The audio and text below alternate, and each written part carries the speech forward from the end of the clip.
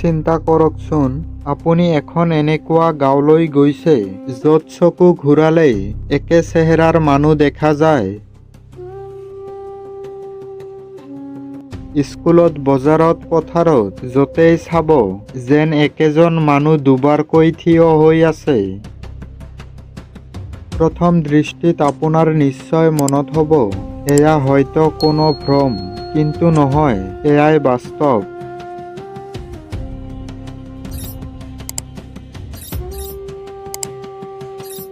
ভাৰতৰ কেৰালা ৰাজ্যৰ মালাপ্পুৰম জিলাত অৱস্থিত এখন সৰু গাঁও কোডিনহি। সমগ্ৰ বিশ্বত এই গাঁওখন ভিলেজ অফ টুইনছ নামেৰে পৰিচিত। সাধাৰণতে ভাৰতৰ প্ৰতি 1000 জন্মৰ ভিতৰত প্ৰায় 4ৰ পৰা 9জন যমজ সন্তান জন্ম হয়। কিন্তু কোডিনহিত এই সংখ্যা বহু বেছি। বিভিন্ন গৱেষণা আৰু স্থায়ী তথ্য অনুসৰি প্ৰায় 2000 পৰিয়াল থকা এই গাঁওখনত 500ৰো অধিক যমজ সন্তান নথিভুক্ত কৰা হৈছে। সেয়েহে এই গাঁও বিশ্বৰ গৱেষকসকলক দৃষ্টি আকৰ্ষণ কৰিছে।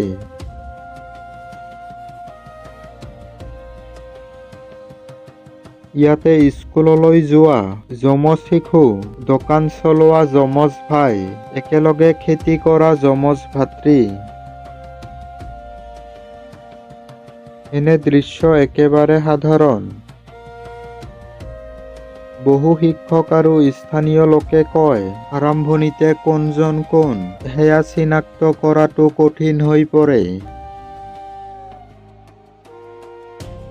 এই গাঁওখনত এনে এটা ৰহস্য লুকাই আছে যিয়ে বছৰ বছৰ ধৰি বিজ্ঞানী, চিকিৎসক আৰু গৱেষকসকলক আচৰিত কৰি আহিছে। আজিৰ এই ডকুমেণ্টাৰী ভিডিঅ'ত আমি জানিম কিয় এই গাঁওখন ইমান বেছি যমজ সন্তান হয়।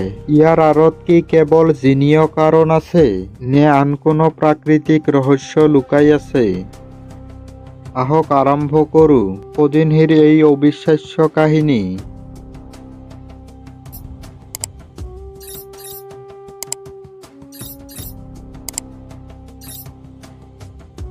সাধাৰণতে পৃথিৱীৰ অধিকাংশ দেশে যমজ সন্তান জন্ম হোৱাৰ হাৰ যথেষ্ট কম। ভাৰততো প্ৰতি 1000 জন্মৰ ভিতৰত প্ৰায় 4ৰ পৰা 9জন যমজ সন্তান জন্ম হয়। কিন্তু কোডিনহিত এই পৰিসংখ্যা একেবাৰে বেলেগ। মাত্ৰ প্ৰায় 2000 পৰিয়াল থকা এই গাঁওখনত 500ৰো অধিক যমজ সন্তানৰ তথ্য নথিভুক্ত কৰা হৈছে।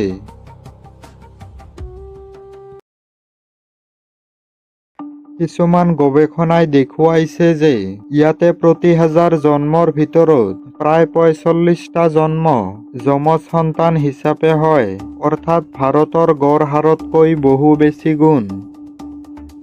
এই গাঁওখনলৈ প্ৰথমবাৰৰ বাবে যোৱা মানুহে প্ৰায়ে আচৰিত হৈ পৰে, কাৰণ অলপ দূৰ আগবাঢ়িলে একে মুখৰ দুজন মানুহ দেখা পোৱা একেবাৰে সাধাৰণ কথা।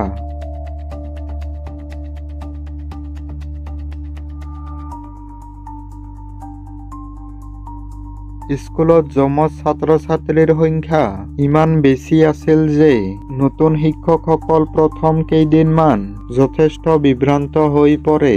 বহু সময় কোনজন কোন সেয়া চিনাক্ত কৰাটো কঠিন হৈ পৰে।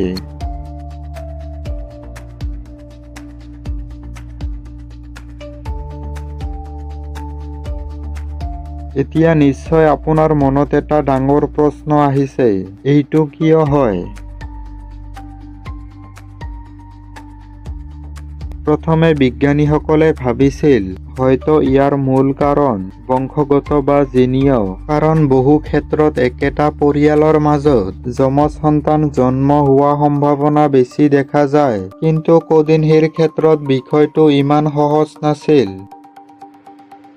গৱেষকসকলে লক্ষ্য কৰিলে যে কিছুমান কোডিনহিৰ মহিলাই আন গাঁৱলৈ বিয়া হৈ যোৱাৰ পিছতো যমজ সন্তান জন্ম দিছে। আকৌ আন গাঁৱৰ মহিলাই কোডিনহিত বিয়া হৈ অহাৰ পিছতো কিছুমান ক্ষেত্ৰত যমজ সন্তান জন্ম হোৱা দেখা গৈছে। এই ঘটনাবোৰে বিজ্ঞানীসকলক অধিক চিন্তাত পেলাই দিলে।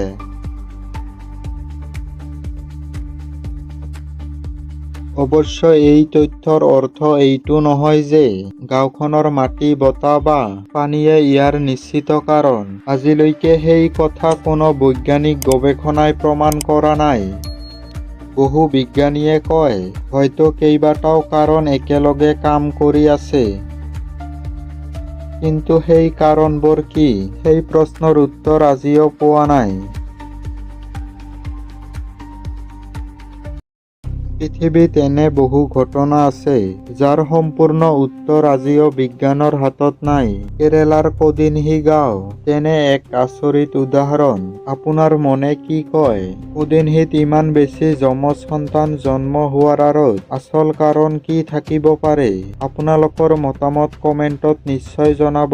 ভিডিঅ'টো ভাল লাগিলে এটা লাইক কৰিব, বন্ধুবৰ্গৰ লগত ভিডিঅ'টো শ্বেয়াৰ কৰিব আৰু নিয়মিত নুৰ ডিস্কভাৰী চাবলৈ চেনেলটো ছাবস্ক্ৰাইব কৰি বেল আইকনটো অন কৰি ৰাখিব। ধন্যবাদ।